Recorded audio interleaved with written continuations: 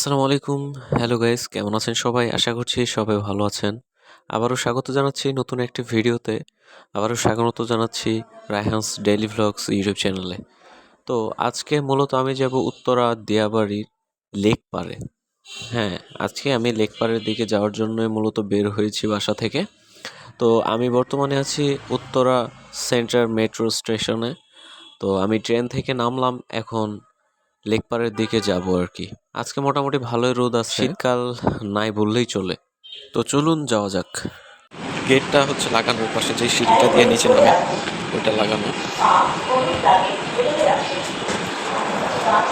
এটা হচ্ছে নামার সিঁড়ি, ওই পাশেরটা ওই পাশেরটা খোলা রাখছে, ওই পাশেরটা মানে বন্ধ।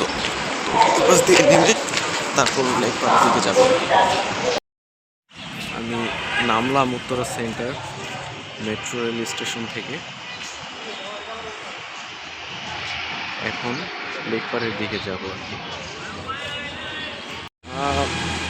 আসার পর থেকে মাথা ব্যথা ছিল, এই যে রং চা নিলাম একটা।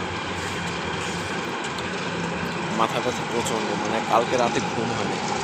কালকে রাতে ঘুমাইছি মোটামুটি 3:30 বা 4টা নাগাদ, আবার আজকে উঠছি 10:30টায়। তাই মাথা ব্যথা প্রচণ্ড।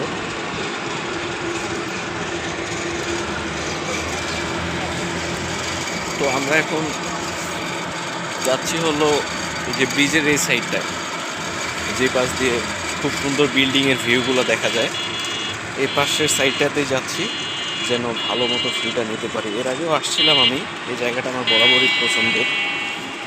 তো যাচ্ছি আর কি, যাওয়া যাক।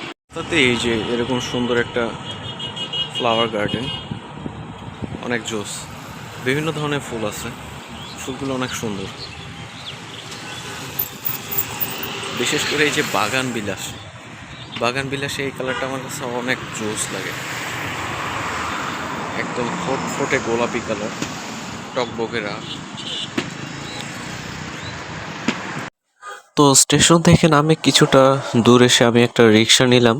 রিক্সাতে যেতে হবে, এখান থেকে খানিকটা দূর আছে, যদিও হেঁটেও যাওয়া যায়, 5 থেকে 10 মিনিট সময় লাগবে, কিন্তু আমি রিক্সা নিয়ে নিলাম কারণ রাস্তায় প্রচণ্ড ধুলো।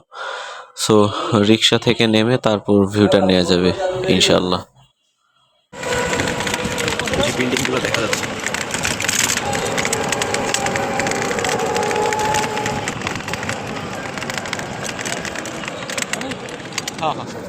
এইটা ব্রিজটা, আর এই যে হচ্ছে বিল্ডিংগুলো, এই হচ্ছে লেক পাড়। মানে সবারই ট্রেন্ডিংয়ের জায়গা যেটা আর কি, এই যে লেক পাড়। ভিউটা আসলে জোস। যদিও এখন সূর্যটা উঠছে ভর দুপুর বেলা, তাই সুন্দর মতো মানে কালারটা ফুটতেছে না বিল্ডিংগুলোর, কিন্তু বিকালবেলা মানে একথা আবহাওয়াটা যখন ক্যামেরার জন্য ইউজফুল থাকে তখন আর কি এই ভিউগুলো অনেক সুন্দর জোস দেখা যায়।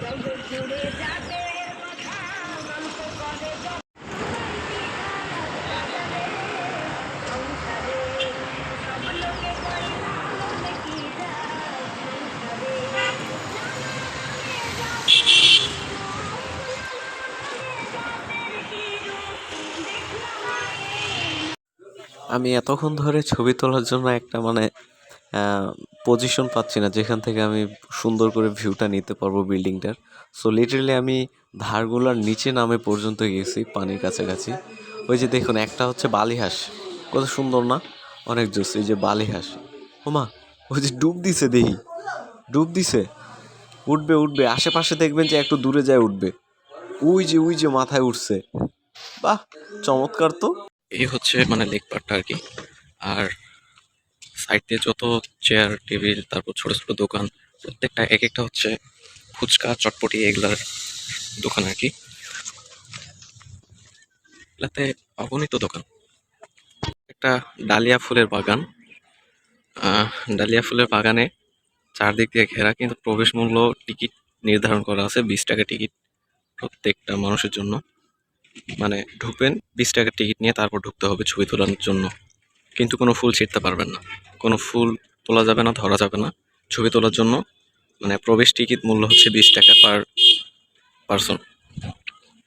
এই পাশে একটা খেলাধুলা, ছোট বাচ্চার জন্য খেলাধুলারও একটা মানে মেলার মতো আর কি, ছোট যে রাইডারগুলো আছে তো এই রাইডারগুলোতে বাচ্চাগুলো দেখি মোটামুটি এনজয় করতেছে আর কি।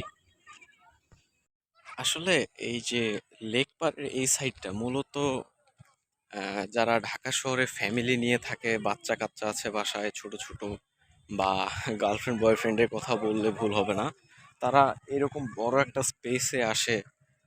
খোলামেলা, কোলাহল মুক্ত বললেই ভালো হবে আমি মনে করি। তো এরকম একটা স্পেস ঢাকা শহরে পাওয়া কিন্তু খুব রেয়ার একটা ব্যাপার আর কি। এখানে সবাই আসে এনজয় করতেছে নিজের মতো করে, তারা টাইম স্পেন্ড করতে পারতেছে। এটা খুব ভালো একটা দিক আর কি। আর এরকম স্পেস ঢাকা শহরের মধ্যে আমি মনে করি নাই কোথাও, যে মানুষ।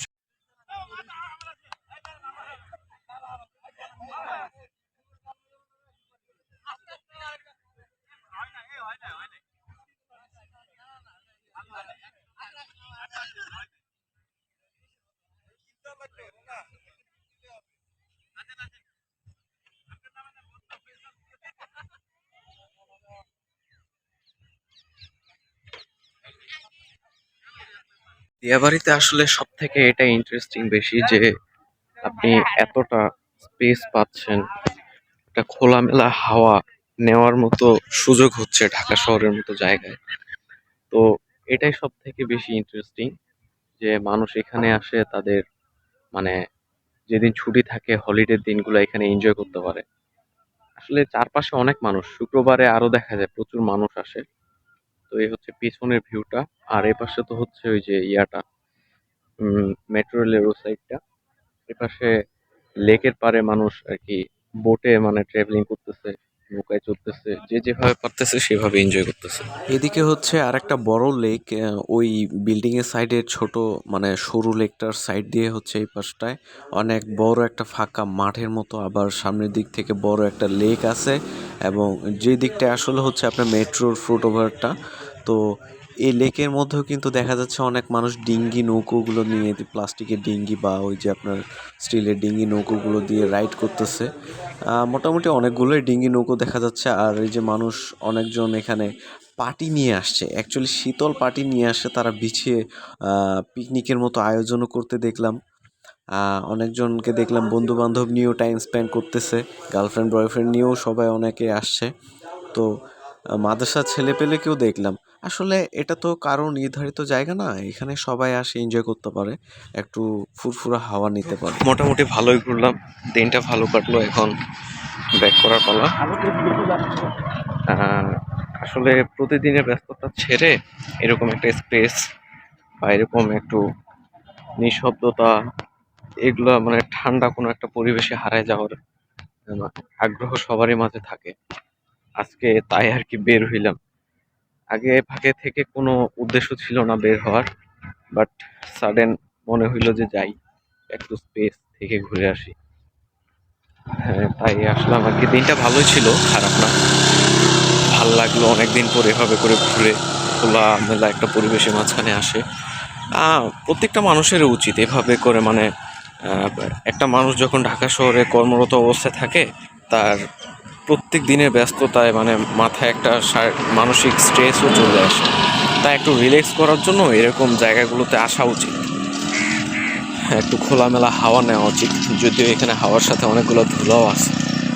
যাই হোক, বাই দ্য ওয়ে জায়গাটা অনেক সুন্দর, সবাই আসতে পারেন এখানে, ফ্যামিলি নিয়েও আসা যায়, খুব সুন্দর টাইম স্পেন্ড করা যাবে।